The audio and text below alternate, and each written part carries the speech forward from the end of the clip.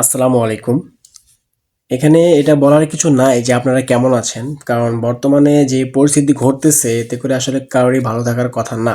বিশেষ করে আজকে মহাখালীতে যে ঘটনাটা ঘটে গেল সেটা আসলে মানে অত্যন্ত দুঃখজনক এবং বা বিব্রতকর একটা অবস্থা। এটার জন্য আসলে আমি কখনো এরকম ভিডিওর সামনে কখনো আসি নাই। বিশেষ করে মানে পক্ষে বিপক্ষে কথা বলার ভিডিওতে কখনো আসি নাই। তবে আজকে বাধ্য হচ্ছি আসার জন্য। আহ, আমার একটা কথা যদি আমি সেটা বলি সেটা হচ্ছে যে আমি এক সময় সোহরাওয়ার্দী কলেজের স্টুডেন্ট ছিলাম। হুম, আহ, সেখানে আমি যখন দেখলাম যে ঢাকা বিশ্ববিদ্যালয়ের অধীনে ঢাকার যে 7টা সরকারি কলেজ আছে সেই কলেজগুলোকে যখন ঢাকার আন্ডারে করা হলো, তখন এই আপনাদের মতো কিছু লোক, কিছু শিক্ষার্থী খুশিতে আত্মহারা হয়ে গলা ফাটিয়েছেন।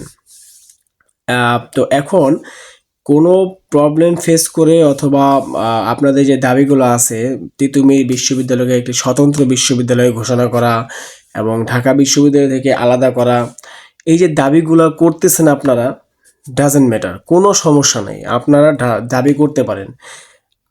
আমার একটা নাগরিক, আমি নিজে নাগরিক হিসেবে আমার একটা দাবি আছে। যেমন দ্রব্যমূল্যের যদি বিষয়ে বলি, আমার একটা দাবি আছে। প্রকৃতপক্ষে একটা বোবা লোক যদি যে কথা বলতে পারে না, সে যদি আজকে অলৌকিকভাবে কোনো মানে শক্তির মাধ্যমে যদি কথা বলতে পারে, তাহলে সেই ব্যক্তিটারও আজকে কোনো না কোনো একটা দাবি থাকবে। ডাজেন্ট ম্যাটার, কোনো সমস্যা নেই, দাবি থাকতেই পারে। অ্যাজ এ নাগরিক, আমি একজন নাগরিক হিসেবে দেশের সরকারের কাছে আমার দাবি থাকতে পারে, এটা কোনো সমস্যা না। কিন্তু আমার কথা হচ্ছে যে আপনারা আজকে দাবির নামে জনগণের উপর কেন ক্ষিপ্ত হলেন? আপনারা সাধারণ জনগণের উপরে কেন ক্ষিপ্ত হলেন? এখানে কোনো সরকারের পক্ষে বিপক্ষে তো কোনো আন্দোলন হচ্ছে না। সরকারের পক্ষে বিপক্ষে কোনো আন্দোলন হচ্ছে না। আপনারা আপনাদের দাবিটা আদায় করে নেবেন, ন্যায্যভাবে নেবেন। আরে ভাই, তোরা কেন জনগণের উপরে কেন ক্ষিপ্ত হলি? তোরা দেখে নে যে একটা সুন্দর মানে যাত্রীবাহী ট্রেনের উপরে তোরা হামলা করে সুন্দর ফুটফুটে মানে ছেলে মেয়ে এবং নারী পুরুষদের হতাহতের ঘটনাগুলো স্বীকার করলি কেন হঠাৎ? কি জন্য এটা কেন করলি রে ভাই তোরা? এখানে মানে আমার কথা, তোরা এই যে আন্দোলনের নামলি যে এতটুকু যদি সতর্কতা অবলম্বন না করতে পারিস, এতটুকু যদি সেফটি না দিতে পারিস সাধারণ জনগণদেরকে, তাহলে তোরা আন্দোলন কেন নামলি? সাধারণ আন্দোলনে কেন নামলি তোরা? এই যে ট্রেনবাহী যাত্রীর মধ্যে মানে দেখলাম ভিডিও, সোশ্যাল মিডিয়াতে ঢুকলে দেখা যাচ্ছে যে আসলে মানে কিভাবে ইট পাটকেল গুলা মারা হচ্ছিল, মানে ট্রেনের জানালা ছিদ্র হয়ে মানে এই মানুষগুলো আহত হয়েছে। এখন এখানে একবার যদি বিবেচনা করা যায়, এই ট্রেনের মধ্যে তোর নিজেরও পরিবার থাকতে পারতো, তোর সন্তান থাকতে পারতো, স্ত্রী থাকতে পারতো, তোর পরিবার পরিজন থাকতে পারতো। এখন হয়তো তোরা এটা করবি যে আসলে কি ঘটনা, আমরা এখানে মানে দ্বিতীয় পক্ষ কেউ ঢুকে গেছে এই আন্দোলনের মধ্যে। আমার কথা হচ্ছে দ্বিতীয় পক্ষ হোক, তৃতীয় পক্ষ হোক, ডাজেন্ট ম্যাটার। এখন তোরা আন্দোলনে নামছিস, এটার সম্পূর্ণ দায়ভার তোদের, মানে অ্যাবসলিউটলি তোদের। বিকজ এখানে এই যে সতর্কতা মানে এবং সেফটি কোনোটাই তোরা দিতে পারিস নাই। আর মূল কথা হচ্ছে জনগণের উপরে ক্ষিপ্ত হওয়ার কোনো আমি মানে দেখলাম না। আর মানে সোশ্যাল মিডিয়ায় ঢুকলে দেখা যাচ্ছে যে আসলে মানে মানে কান্না আসতেছে ভিতর থেকে। মানে কি বলবো, ছোট ছোট মানে বাচ্চাগুলোরও কপাল ফেটে রক্তাক্ত হয়েছে। তোরা কোন মানে কিসের জন্য আন্দোলন করতে নামছিস তোরা? মানে ভালো শিক্ষায় শিক্ষিত হওয়ার জন্য? তোদের মধ্যে তো সেই কমন সেন্সটুকু এবং বিবেক বুদ্ধিটুকু তো নাই। মনুষ্যত্ব নাই, তাহলে আন্দোলনে নামার প্রয়োজন কি ছিল? মনুষ্যত্ব যেহেতু নাই, তাহলে আন্দোলনে নামার কি প্রয়োজন ছিল? এই যে আন্দোলনটা কি জন্য?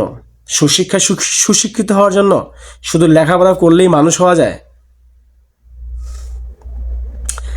একটা ট্রেনের মধ্যে, রানিং ট্রেন আসতেছে, সেই ট্রেনের মধ্যে ঢালাওভাবে ইট পাটকেল মারতে মারতে এই যে মানুষগুলো যে হতাহত হলো, এই দায়ভারটা কে নেবে?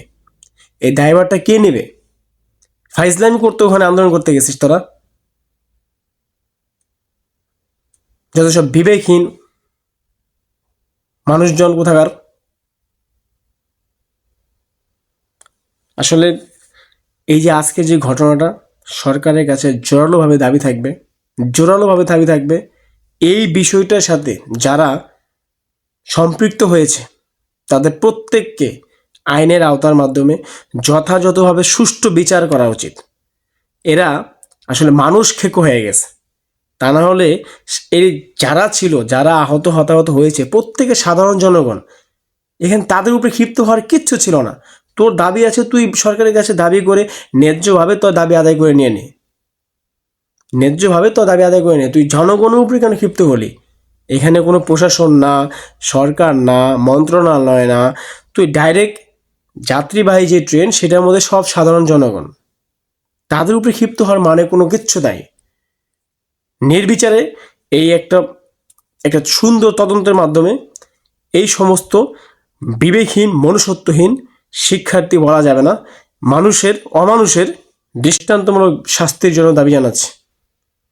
ধন্যবাদ সবাইকে।